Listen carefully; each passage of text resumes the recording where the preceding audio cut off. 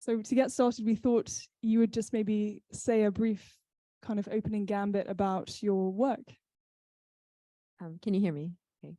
And thank you so much, Alice, for everything that you've done to facilitate this whole month. It's truly been a dream. And thank you to Claudette and on Zoom, I think, hello, and on to everybody really at the American Library. It's I've been honored to be here this month, and you've been all just incredibly generous with time and resources, and it's been a really fruitful, exciting month.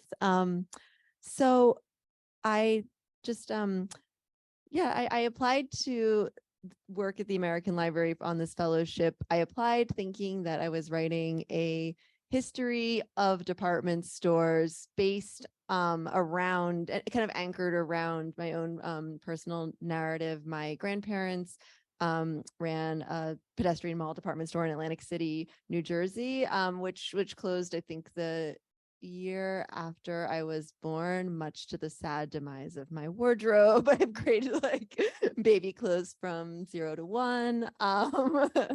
But it's something that's sort of been in my own family's mythology and past, and it's gone, but thinking through what are the particularities of department stores in small town America and how they rose in mid-century, rose in sort of throughout the 20th century, really in the mid-century, and then either became Macy's literally or went bankrupt or both. So I was really kind of thinking and feeling through this as part of my family story, and kind of got very excited about and still am very excited about this. Both the actuality of the department store and the idea of it in urban history, in literary history, in art, in film, you start thinking about it in terms of class and gender and consumption, and it feels ever more present today when you can walk around and just kind of click everything on your phone, and the world seems like this sort of infinite clickable department store too. So I was just thinking about the ways in which this started in a particular kind of architectural geographic space and then opened up. Anyway, I still find all that fascinating, and I'm really excited about it. And so I thought that I was going to kind of write this braided nonfiction history memoir, and applied to come work at the library to study about the history of the department stores of Paris. And that's still what I've done here. And the project itself has done a sort of radical shift in terms of its form, which is very exciting to me. I also, at the same time, I've been playing around with ideas about a novel that involves identity theft and also involves relationship between two women. Is sort of this like symbiotic turn parasitic relationship that really gets anchored around and spirals through consumption and conspicuous consumption and fashion, and also duality and twinning, and this kind of desire, this fantasy to perform another identity, to become somebody else, to be somebody else. And so I had that idea going in parallel.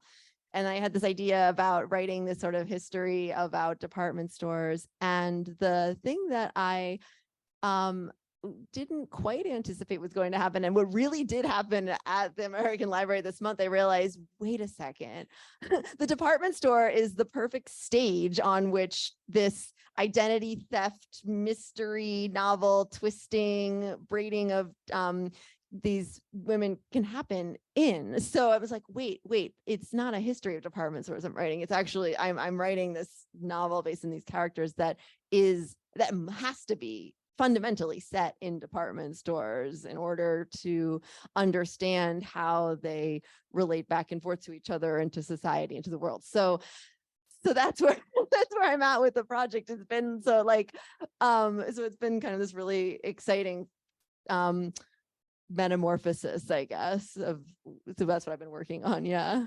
And you were saying before that you had an inkling that maybe this was going to happen. So how did the collapse between these two areas of your brain happen? How did the merging happen? Who knows? I did have an inkling that it was going to happen. I think The first inkling I had was when I started, actually when I got the acceptance from the library was it's several months before I was able to come here, and I was doing kind of preliminary research about department stores and realized, wow, there's already fantastic books about the history of department stores. Great, cool. That's helpful for me, but it's where am I going to have a new question, even a new thing to say. In fact, for example, this historian Michael Miller in the 80s, I believe, wrote a really beautiful history of the Bon Marché that goes into the literary history and the economic history and the cultural history. And it was really formative to read that. And I thought, okay, well, maybe my entry into it is through the personal, but then I realized actually there's a lot of like great personal histories written about, Jewish department stores in mid-century America. So it's like, oh, wait, but there's still something here that's grabbing my imagination. And I thought, oh, it's because the characters involved in this are so great. And that, yeah. Maybe you could talk about, Adrienne, since you're now the expert in the room on this topic. You mentioned Macy's in America, you mentioned your family's history, you've just mentioned Bon Marché. The department store in France has a different history to that of America. Can you talk about the nuances between not all department stores are the same? Yeah, absolutely. I would give a super, super brief capsule history. So in the 19th century in France, essentially the department stores sort of grew out of like little markets, and then what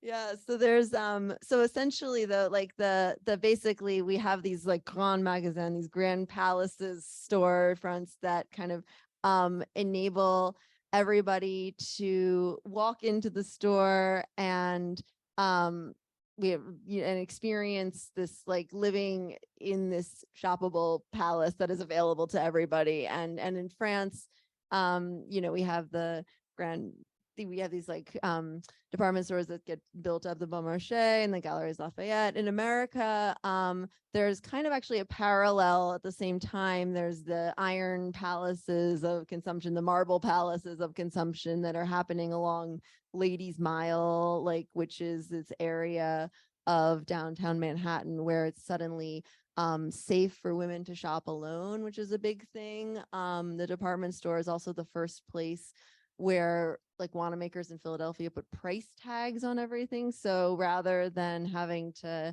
not know what goods cost, you were able to know what goods cost. So we have, and then, in France, you have these also the beautiful arcades. And so like another like really inspirational formative text for me has been Benjamin's Arcades Project, which is Walter Benjamin basically tries to write an encyclopedia of everything, but like through the medium of arcades, and pulling in, it's this encyclopedia that kind of pulls in all of these kind of bits and bobs from everywhere, and you feel as though you are shopping and walking in the arcades as you're reading this piece. So in France, this is like really happening, and in America, fairly parallel a little bit later, like this sort of these palaces of consumption are just building up and up in these cities. And then the department store does, spread across the country, and there's very much different like levels of department stores in terms of the cost of goods, in terms of even like the ways in which they're marketed to people. It becomes like this really interesting marker of class, both in the kind of class you aspire to be. Like, are you a person in America? Are you a person who shops at Saks Fifth Avenue, or are you a person who shops at Macy's, which is like slightly lower price point? There are person who shops at this, and it becomes this like there's this weird way in which it becomes identity forming, but you're also all still like buying into the bourgeois capitalist thing. So yeah, so I think that's so there's this way in which the department store forms like the backbone of cities economically here and America, and elsewhere across the world too. And geographically, you pointed out. Yeah. Can you just speak briefly also to just a bit more about your family's connection? Because you mentioned that it closed right as you were kind of born, and that your wardrobe suffered as a result. But surely the legacy of this department store stayed on in your family. How did your grandparents talk about it? How did your parents understand it? How did it loom large, let's say, over your childhood, if it did?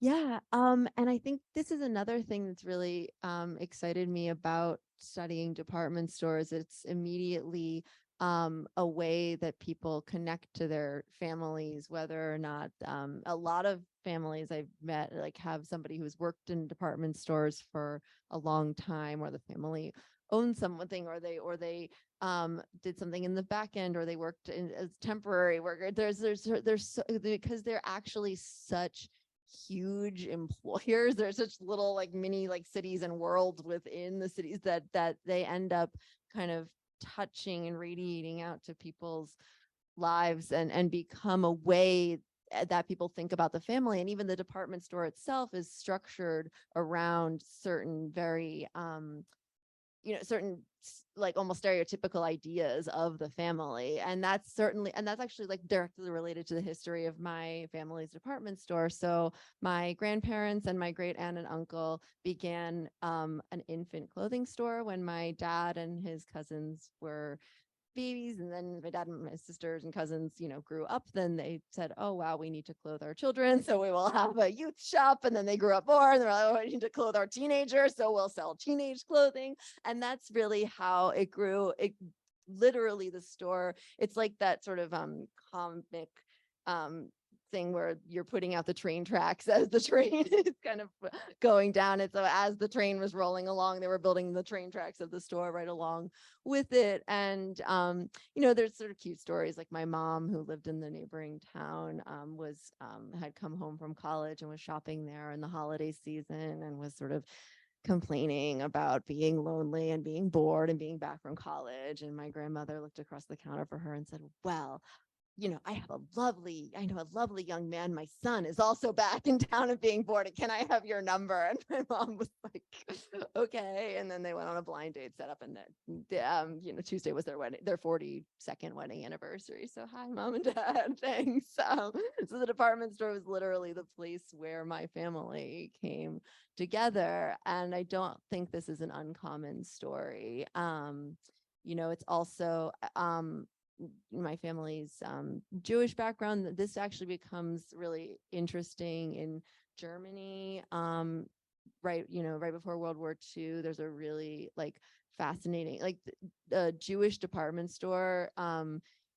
German department stores like really started as like that was most of the big ones there were owned by Jewish owners. And during World War II, like the Nazis just kind of said, well, nope, we're just going to take that away from you. So there's a really intriguing history around that too. So yeah, there were just a lot of kind of inflection points that I was like seeing in my family's history that I thought were super particular to my family, and then realized, oh yeah, this is actually much more universal than I realized.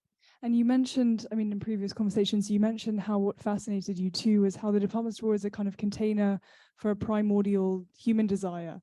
So I suppose in the case of your family, how did the end of that department store happen? Why did it close? And since there are department stores increasingly closing in America, in France, what happens to those desires? Where do they go? And what are those desires? I think this is something that fascinates me so much about the container of the department store. I think that for much of the 19th and 20th century, the department store, in its capacity to be a contained yet infinite space, this fantasy realm where you go in the store and you can enter into any department and you can be anybody, but it's also kind of like gross. You're divorced from the rest of the world. You're in this like contained space where nothing is actually real anymore. So it can feel very artificial and strange. It can also feel very off-putting and very like, oh, I must get out of here. I must get out of this kind of infinite loop. But it can also feel extremely appealing and alluring. Yes, everything is possible. There's that thing and that thing and that thing, and I can go to a department and be somebody else and be this other thing, or be the version of myself that I concoct in my head. So I think that kind of world building and world containing and kind of infinity within a space.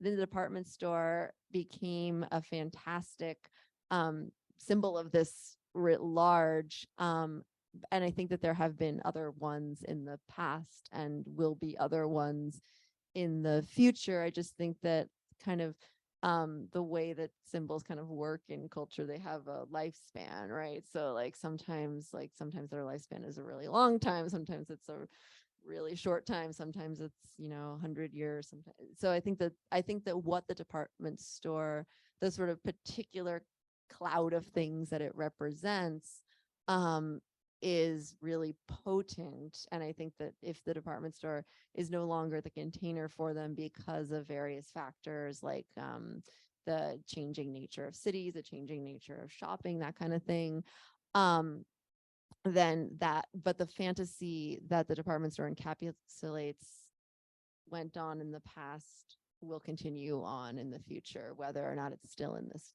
particular vehicle. Possibly onto the internet. Yeah, exactly. And even more the metaverse. encompassing, totalizing space. Yeah. You mentioned shopping, and I wanted to take a brief kind of detour into the kind of the forces at large in shopping, in part because you've written a lot about it recently, and since we don't have your words on this in this project, I thought I'd read some of the things that you've written. Cool. Just to ask you about how shopping too has taken on a larger character than itself. So this is something that you wrote for the Paris Review last year, Shopping Diary. So shopping's become totally ethical, of course, and you write, this is of your purchases online on one particular day. I also pre-order Annie Ernaux's Getting Lost because this offsets my gum purchase for myself, like carbon offsets. Of course, I shouldn't be buying books on Amazon at all. I do believe in local bookstores too. I do. Can you talk about the ethics of shopping and the ethics of consumption, that this is a force? I mean, I think what I'd like to do is just go through these different forces and really articulate them. So ethics is a force. Yeah, and I'm glad that you brought up Annie Ernaux in that, because actually she has a really beautiful book on shopping and on shopping malls called Look at the Light. The English translation is Look at the Lights, My Love. And it's this kind of incredible, it's a diary as well of her going through a shopping mall just outside France. And she kind of goes there daily or weekly for about a year and has beautifully crafted Annie Ernaux thoughts that only Annie Ernaux can have and express, but a lot of what her book is about, the ethics of this as well. And she thinks about the ethics of one particular kind of diary moment I love in her book is when she's talking about the people who she sees shopping there, and she realizes that like certain people have the kind of ability to go there at 2, who can shop at 2 in the afternoon, or who does shop at 2 in the afternoon versus 8 in the morning or 10 at night, and seeing all of these sort of different strata of populations entering the same space and maybe even purchasing the same things, but who has sort of the means to be able to do certain things at certain times of day, and then even in certain departments, right? So there's this not only is there kind of a leveling within the store of you can go top shelf or middle, there's also a leveling of time across if you're looking at kind of a time lapse of a particular space. And then there's also the ethics around, I think so much about the department store also really grew up and flourished because of advertising and consumer psychology, and the way that these stores are built is designed to hardwire our brains and our bodies into feeling all these emotions about objects, and then having the emotions about objects kind of become our own feelings. So you're like I've been hearing this about the recent, the sort of renovation of Samaritan, and thinking through, even when you walk into the Galeries Lafayette and you walk into the middle and you stare up at the dome and you feel, and then you are you see all these very theatrical spaces. If you walk up the store, you kind of feel as though you are performing in a theater, you're in an opera, and it feels like, oh wow, I'm in this, I I'm a member of this like very special space, and then I have to participate in this space by buying things and consuming things. I think that there's ways in which the particular like this psychology of the way that the psychology of shopping, the department store embraces selling the fantasy of it and selling goods as fantasy and as consumption. That's one aspect to this ethics of it. I think another aspect certainly comes through employment and who shops versus who works in a department store. And there's so much there as well about that. I could just go on, but yeah. It's lovely.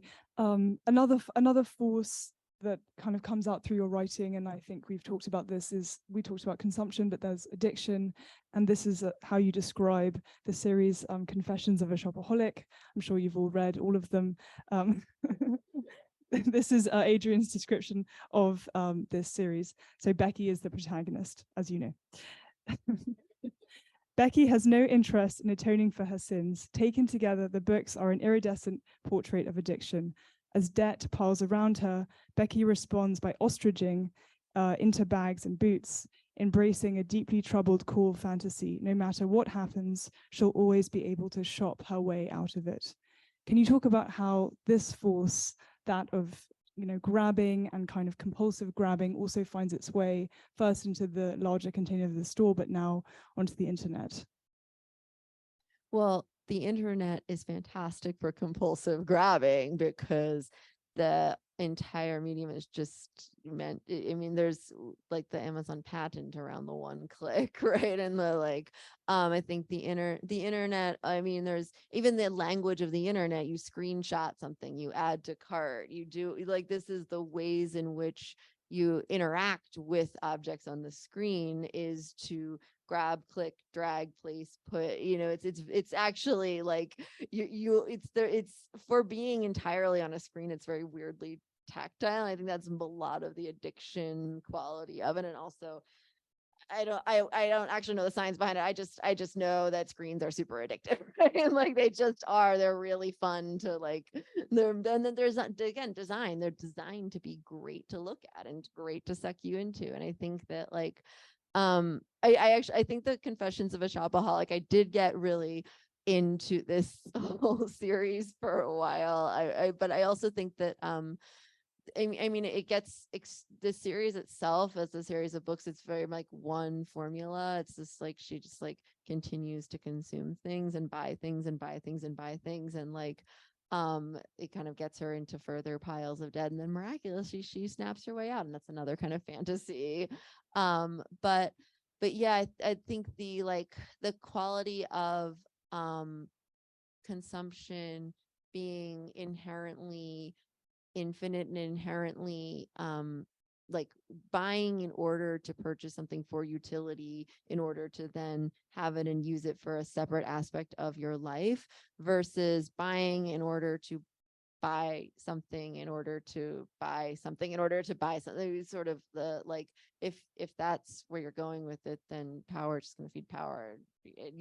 There's actually not an endpoint to that. And I think that that's what like a lot of the design of the department store, even though it's constructed around like, oh, you have this utility for this thing. I think the infinite kind of visual and tactile and auditory nature of it like makes it a great symbol for addiction.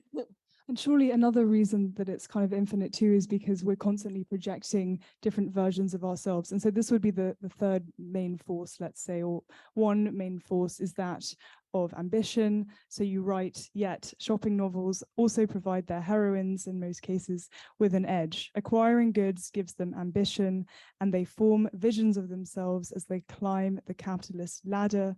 The department store becomes a fantasy site, a place where women envision alternate versions of themselves, and they can dream to be the kind of person that they'll be in this lipstick or with this bag. So there's another kind of bottomless, infinite grasping. Can you talk about the relationship between stepping into a department store and becoming a new lady? Yeah, there's so first department store novel, which is definitely a genre, is Emile Zola's The Lady's Paradise is the English translation. And so The Lady's Paradise, we'll just say. So the opening scene of that is this like Denise Banju, she like gets off the train and she sees this department store. This is one of these new department stores in France, and Zola describes her witnessing of it as just the most lush list of fabrics ever. It's just an incredible list. Like the list itself is such an addictive form, and Zola's so good at it. It's just like she sees this fabric, and then it's covering this fabric, and then there's this fabric, and then there's other one, and then this, and then this one, and then it ends with like, and she's not even in the store yet. It's just the people like hawking goods in front of the store to get there. It's incredible. And so that is, and then that's where this character is, you know, coming fresh to Paris, flat broke, like with two little brothers in tow. And then there's like an amazing kind of parallel scene where she goes to like her relative's store, and it's like terrible, crummy store that's getting pushed out by the department stores. Anyway, but there's this lush kind of fantasy list of all of the various kinds of cloth is also so compelling because they haven't even been made into objects yet. They're still kind of like awaiting their final form. They themselves are still the fantasy thing. So I think that like the beginning of this like first department store novel, I think really captures it best, is this like incredible you see this you're in this case, and I think it really is I mean, there's something so female coded with this. We can talk about it. The fact that there's this young female heroine who comes in from the country to Paris and just like sees all of this stuff, and it's so much bigger and bigger and bigger. And so you kind of get lost in that too. Yeah. It's curious you mentioned Zola, because in our conversations about this conversation before, you mentioned other places that we might find the department store today. Of course, you say once you start looking for them, as you do, you find them everywhere.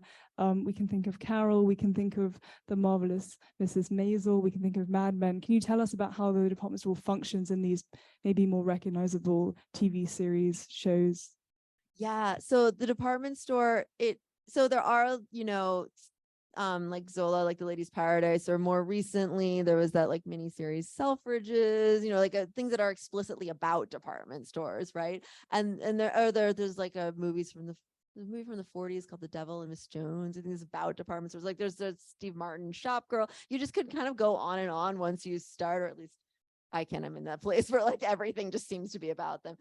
But then there's also things like, you know, in the first season of Mad Men, there's a kind of plot line about the owner of they're doing an advertising campaign for the owner of this department store, and that becomes a very like gendered thing where actually she is kind of she's the heiress, the heir to this department store family. She's like quite powerful, and she's like the one that got away from John Hamm, you know, like basically like, you know, he falls for her, she falls for him.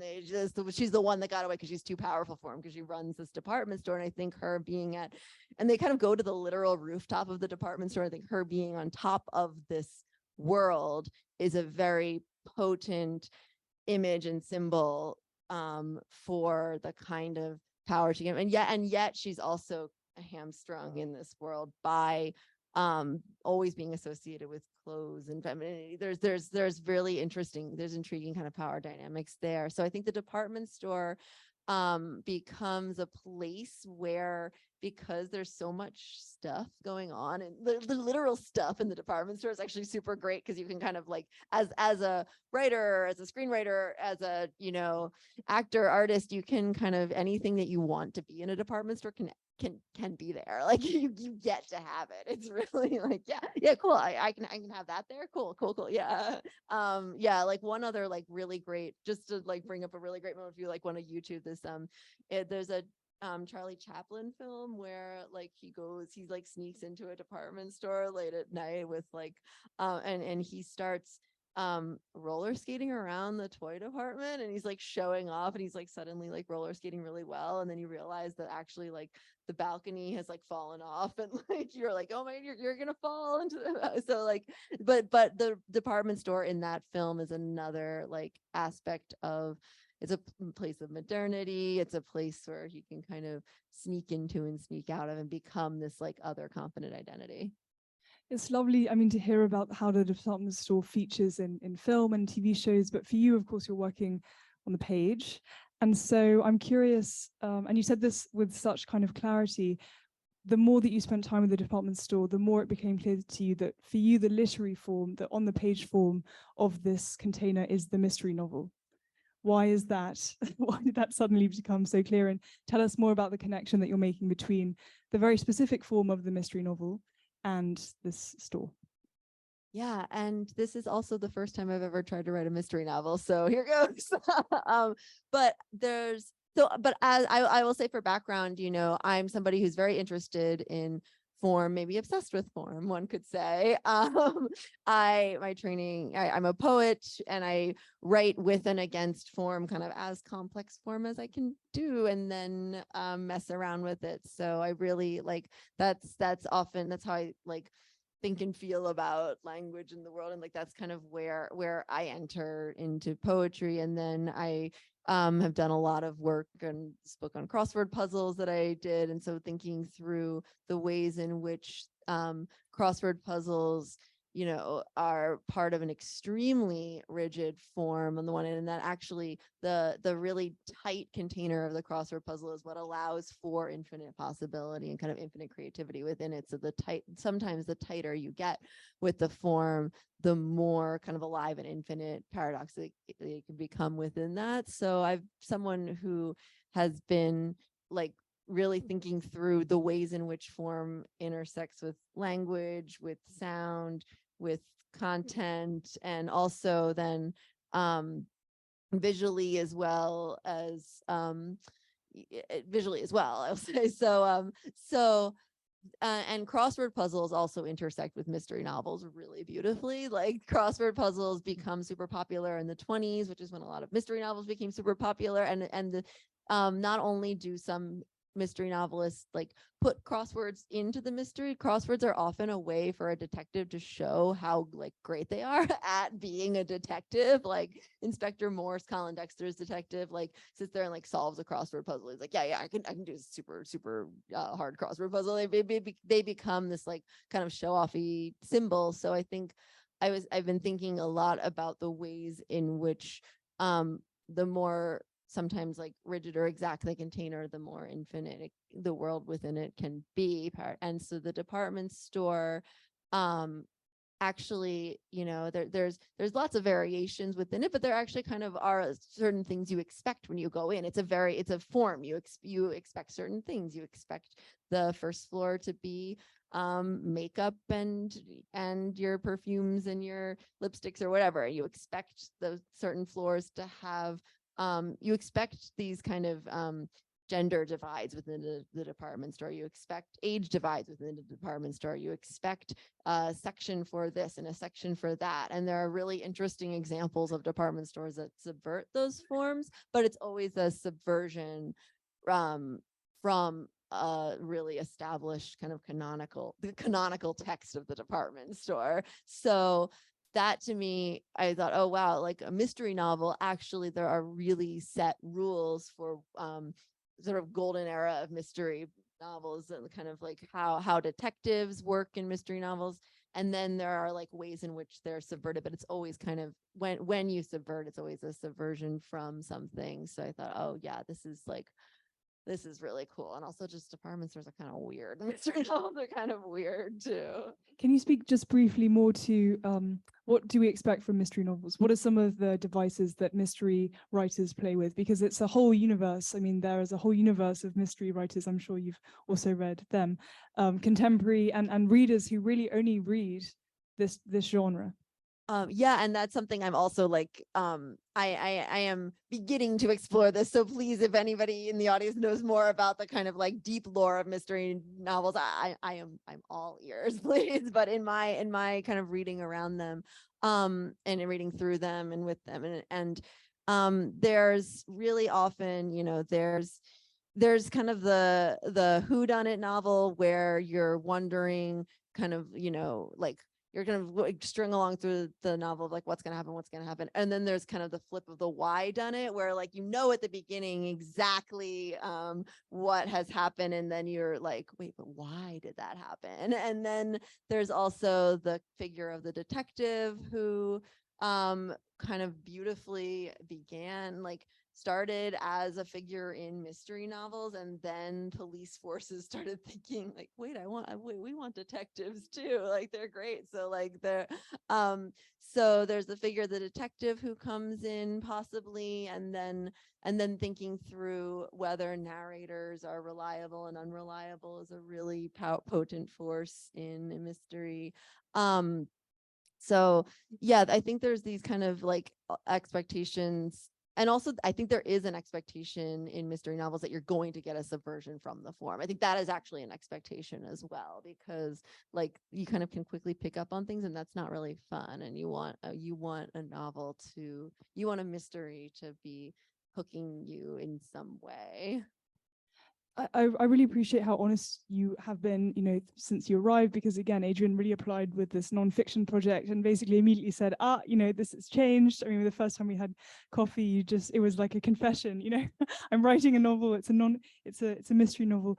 And I think it's fascinating to hear the stages of these thoughts and as it's progressed. But of course, being led by surprise, being led by discovery is not so comfortable. I imagine I can, even without glasses, I can see some writers in the audience. Maybe could you give some advice to these writers and writers on Zoom or for posterity, how to really just continue to allow yourself to sit with the surprise and let the surprise lead the work, as opposed to having a kind of rigid idea of how it will come beforehand?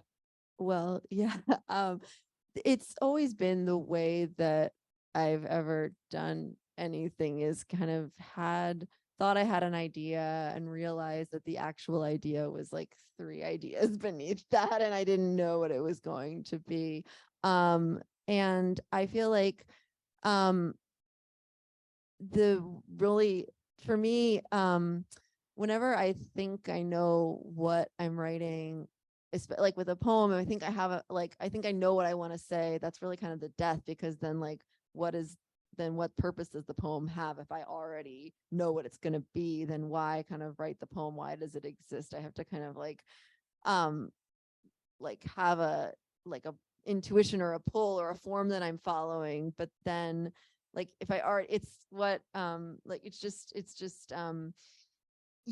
a death knell if I already know what it's going to be, because then why does the writing exist at all? And I think with any kind of project in whatever genre, the most exciting bits always for me are these surprising things, even if they're really scary. Like it's much more exciting to me to kind of start with research or start with talking to people and just kind of like opening up and listening and thinking through like, oh yeah, like I basically what I try to do is get pulled by, I'm curious about something, I'm continuing to ask questions about it, there's something there that's grabbing me. I don't know why yet. I need to like figure out why. I want to keep asking why and why and why. And then letting that drive the project rather than letting kind of a preconceived notion have an iron grip on it, because then you're only kind of restricting yourself to the really limited thing that you thought you knew beforehand, rather than allowing the project itself to become the upwelling of the things you didn't even know you didn't know. Right. So like actually that happened with this book on crosswords. I thought I was going to write a profile of Will Shortz, the New York Times crossword editor. I thought I was going to write sort of a shorter profile of this person. And I went to interview him, and I realized in this interview, which was a great interview, he was really forthcoming. And I realized that there was a whole kind of world around the culture and history and ideas and sociology of crosswords that I just hadn't thought about before. Like, whoa, this is fascinating. And then that kind of ballooned into a book project. And I think because like, I think and that was really scary because it's like I had never written a book like that before, and I was like, but that this is the shape of the thing. So I think just like for me, just trying to like trust that the shape of the thing is, if I'm still nagging about it and still excited about it, somebody else is going to be too. I wondered too, Adrienne, as a way to maybe make an incidental pitch for the Visiting Fellowship. How important is it to change place in this process, to literally, you know, remove yourself from your normal life, as it were, and to go somewhere else? So not only to apply to the Visiting Fellowship and tell your friends about it, but to also apply to other residencies and basically break out of your daily routine, whatever that means. Maybe it's taking a train and taking a day trip. Yeah, I think the really formative thing about this fellowship is how it yes, everybody should apply to this fellowship. It's really it's been fantastically a way for me to like break out of the vision I like saw possible for myself and for this, and realize like, wait, actually I can be led by by experience and by walking around a city that I don't know at all and talking to people and letting them lead me to another place and another place, and letting, you know, like this thing lead me to this other. And I think you know, it feels like I came into it, you know, with an idea that I was just gonna like monastically sit in one place and write the whole time. And I realized, no, the point of this fellowship is actually to flip that script and immerse and have just experiences in this time, in this kind of, it's like the department store. It's a contained space and a contained amount of time and a contained thing, but yet it has these infinite surprises within it. So yeah. And it's been lovely having you here, and we've had these lovely conversations, you know, both with the audiences and without. And I think one thing that's really stayed with me, and it will be my last question to you before we turn to audience questions, is that trying to figure out, you know, through lines between your previous work, crosswords, mystery novels, department stores. One thing that we said too was the bridging between high culture and low culture. And I think it's so striking. And, you know, it's something that we think about here at the library, what does culture mean? You know, capital C culture, public programming, conversations about the arts. You studied at Iowa, you did your PhD at Harvard. Yours, you know, this space too is where we're operating at a very kind of high level, if you like, fancy culture. And you're interacting with and entering into these universes where it's a mass readership, it's a mass, you know, users of the crossword. Department Store 2 has different levels, as you were saying, high culture, low culture. How have you reconciled this? I suppose being in these high cultural spaces and working on low cultural projects, or would you even make that distinction? Yeah, we talked about that. I think it's such a like fascinating, all of these distinctions levels. And for me, with everything that I write, with poetry, with you know, writing about crosswords, writing nonfiction articles, teaching my students how to write academic essays, writing fiction, whatever it is, I think really connecting to an audience is really, really, really important to me. And whether that's an audience of 1 or 2 or 5 or 500 or, you know, however many. I think about this. I was thinking about it, the event a couple of weeks ago with Meg Fernandez, when we were like reading poetry out loud and talking about it. Like performing poetry is sort of a critical part of the way that I think about the way the poems interact with audiences too, because that's another like connection in audience and sort of writing towards and with and for other people. And I think that like you know, I actually like kind of like I'm infinitely fascinated by high and low and kind of all these like dichotomies and stuff around it. But actually, like in the sort of process and writing itself, I try to think more about like what's going to connect to somebody, what's just going to click. And like sometimes the click has to take place in a super high or a super like rarefied diction, because that's the like world, that's the context and layers in which you're operating. And then it doesn't sound kind of stuffy. It actually sounds like, yeah, this is the language that we're speaking in. And sometimes it's in a different kind of language and medium. And like I think it's just like what's really gonna like, what are people gonna hear and respond to, and what's gonna and what's going to click. That's kind of what I try to go by. Thank you so much, Adrienne. Can we have a round of applause? Thank you.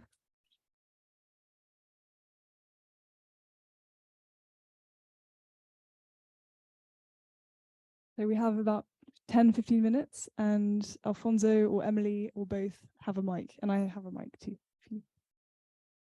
Are there any in-person audience questions? It's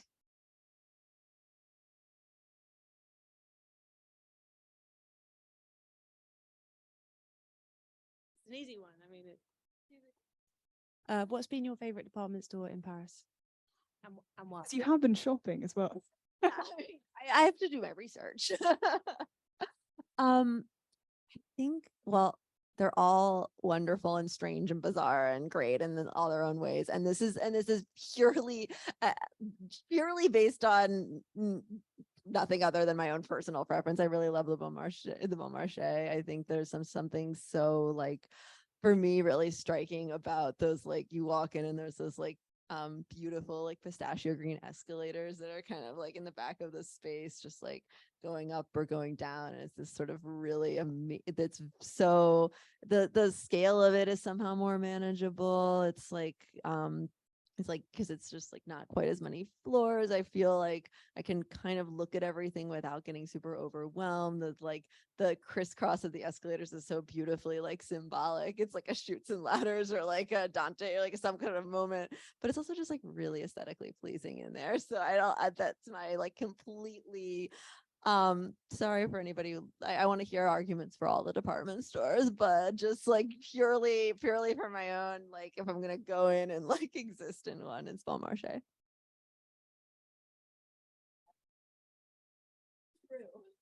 True. What about in the US? Do you have a favorite in the US? A favorite department store. Yeah, I mean, oh yes, I definitely do, but the reason I hesitate is because Barney's is my absolute favorite department store, RIP, because I just, like, found it so kind of like the sort of like sharp rise and then sharp rise again, then like total decline and fall of Barney's is sad and compelling word, but when it was really a beautiful palace, they really just, like, it's just really striking space, and really, I think, a real attention to both the space that you're in and also the way that clothes. Yeah, I think there's just, yeah, Barney's. That's all I got.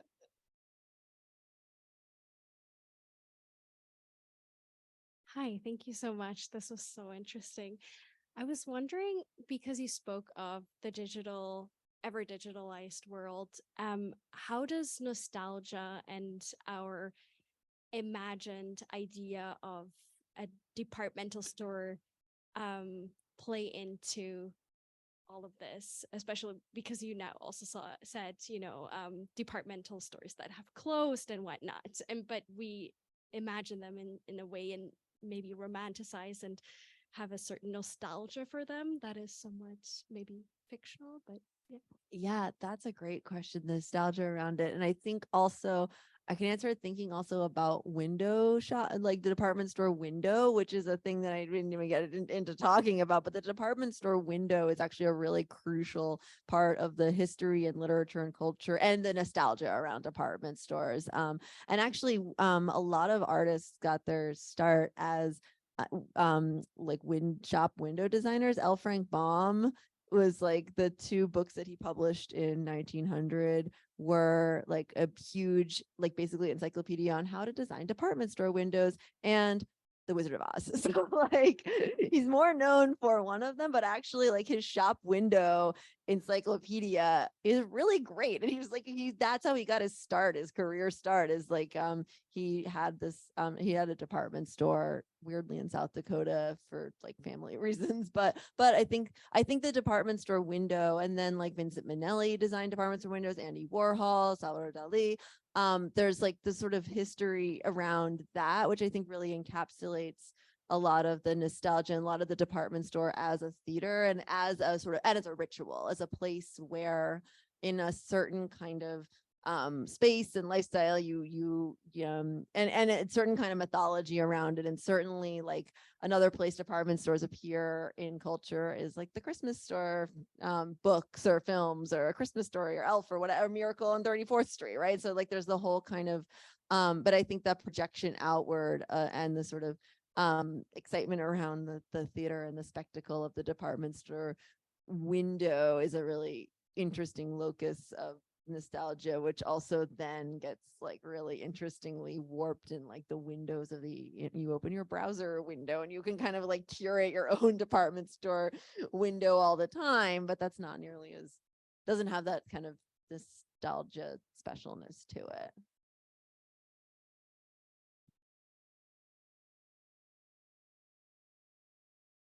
Thanks so much. This has been so interesting. I wondered if you've looked at all at department stores in sort of emerging economies and places where like they don't have a history of them, and are they coming up and are they being established in parallel to the internet, internet shopping, and what's the culture around department stores like in cities like Rio de Janeiro and Johannesburg and cities like that? I wondered if you've looked at that. No, that's a great question. It actually is like my next area of like where to look at. I've been thinking about this a lot, and in India and like kind of in rapidly growing economies, especially today, kind of what is the role of the department store in developing economies. And yeah, that basically you've identified exactly the touch of like exactly where my next area is. I wanted to kind of figure out like what's the history of their past, and then because it's this really interesting moment of, you can read lots and lots and lots of articles about how the decline and fall of the current modern department store, and yet that's not totally true either. And another area I'm like really interested in is the Middle East and Dubai and Riyadh, and thinking about the culture of department stores and malls and shopping there, particularly in a climate change moment too, or like everything happening indoors moment is like when department stores are first being like aestheticized, and that's an aesthetic and urban and a choice for lots of reasons. And now it's like, well, wait, is this going to be an environmental choice too? So, I'm really fascinated by it. Basically, like, yes, I am. That's something that I'm really interested in, and I don't know a lot about now, and really want to.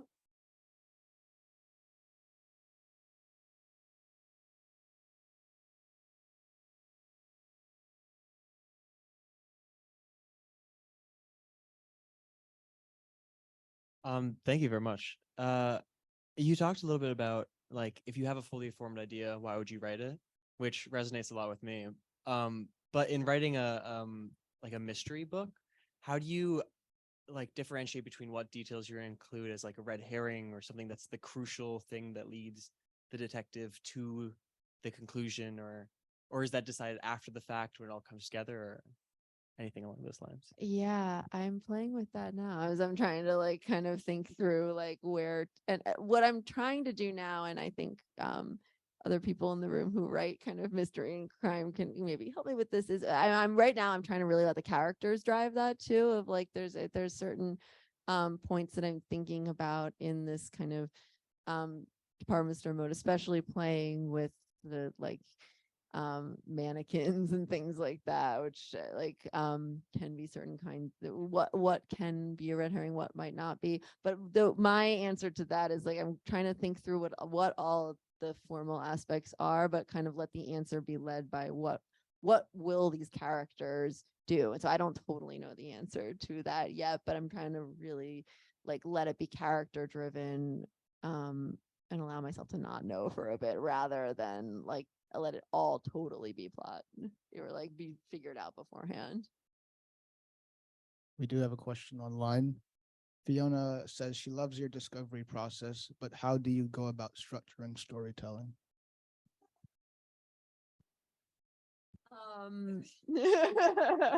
My Achilles heel. A